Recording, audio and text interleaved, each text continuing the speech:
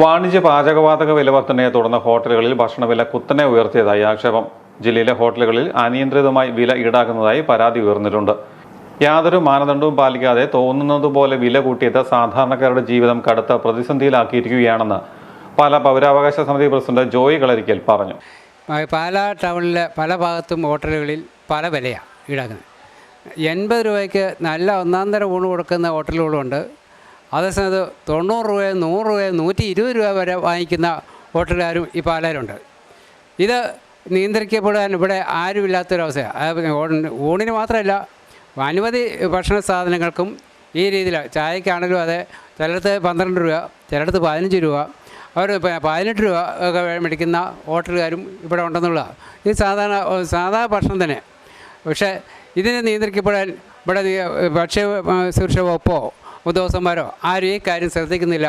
അതുകൊണ്ട് ബന്ധപ്പെട്ട ഭക്ഷ്യ സുരക്ഷാ വകുപ്പ് അധികാരികളോട് എനിക്ക് പറയാനുള്ള ചില പാലായിലെ എല്ലാ ഹോട്ടലുകൾക്കും കൃത്യമായ വില നിലവാരം വെക്കാനും ഏകദേശം മിതമായ നിരക്കിലുള്ള ചാർജ് ഈടാക്കുന്നതിനുള്ള സംവിധാനം ഏർപ്പെടുത്തണമെന്നാണ് ഭക്ഷ്യ സുരക്ഷാ വകുപ്പിനോടും ബന്ധപ്പെട്ട അധികാരികളോടും എനിക്ക് സംസാരിക്കണം. പാലാ പൗരാവകാശ സമിതി പറയുന്നത് ഇതേ നടപ്പാക്കിയില്ലെങ്കിൽ തീർച്ചയായിട്ടും ഇതിനു വേണ്ടിയിട്ടുള്ള കളക്ടർക്ക് പരാതി കൊടുക്കുന്നതാണ്. ഭക്ഷ്യ സുരക്ഷാ വകുപ്പ് ബന്ധപ്പെട്ട കാര്യങ്ങൾ ചെയ്യുമെന്ന് പ്രതീക്ഷിക്കുന്നു.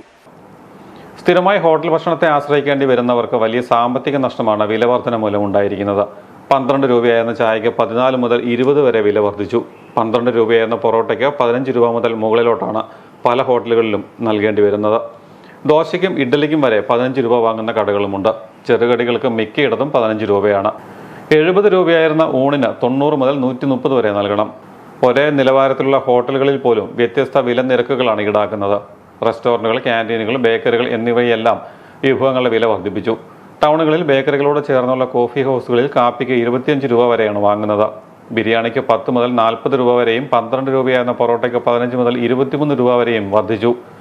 വെജ് കറികൾക്കും ഫ്രൈകൾക്കും 20 മുതൽ 50 രൂപ വരെ വർദ്ധിച്ചു. നെയ്റോസ്റ്റ, മസാല ദോശ എന്നിവയ്ക്ക് 10 മുതൽ 30 രൂപ വരെയാണ് കൂട്ടിയത്. ചെറിയ കടകളിൽ പോലും ചായയ്ക്ക് 15 രൂപയും കാപ്പിക്ക് 20 മുതൽ 25 രൂപ വരെയുമായി. പാചകവാതക സിലിണ്ടർ വിതരണം സാധാരണ നിലയിലായിട്ടും നേരത്തെ വർദ്ധിപ്പിച്ച തുക കുറയ്ക്കാൻ ഹോട്ടൽ ഉടമകൾ തയ്യാറായിട്ടില്ല. ചെറുനാരങ്ങയ്ക്ക് കിലോ 250 രൂപയായിരുന്നപ്പോൾ വില വർധനയുടെ പേരിൽ സോഡ ചേർത്ത നാരങ്ങാ വെള്ളത്തിന് 25 രൂപയായി വില ഉയർത്തിയ കടക്കാർ പക്ഷേ നാരങ്ങാ വില 80 രൂപയായിട്ടും നാരങ്ങാ വെള്ളത്തിന് 25 രൂപയിൽ നിന്നും കുറയ്ക്കാൻ തയ്യാറായിട്ടില്ല. വില കുറഞ്ഞാൽ അതിന്റെ ഗുണം ജനങ്ങൾക്ക് ലഭിക്കാറില്ല. തോന്നുന്നത് പോലെ വില വർദ്ധിപ്പിക്കുന്നതിനെതിരെ അധികൃതർ ഇടപെടണമെന്നും ജനങ്ങൾക്ക് ദുരിതമാകുന്ന പ്രശ്നത്തിന് പരിഹാരമുണ്ടാക്കണമെന്നുമാണ് ആവശ്യം. ഓട്ടോറിക്ഷയ്ക്കും ടാക്സിക്കുമെല്ലാം വില വർദ്ധിപ്പിക്കാൻ മാനദണ്ഡം നിശ്ചയിക്കുന്ന സർക്കാർ ഹോട്ടൽ ഭക്ഷണത്തിന് തോന്നുംപടി വില കൂട്ടാൻ മൗന അനുവാദം നൽകുന്നതിൽ വലിയ പ്രതിഷേധമാണ് ഉയരുന്നത്.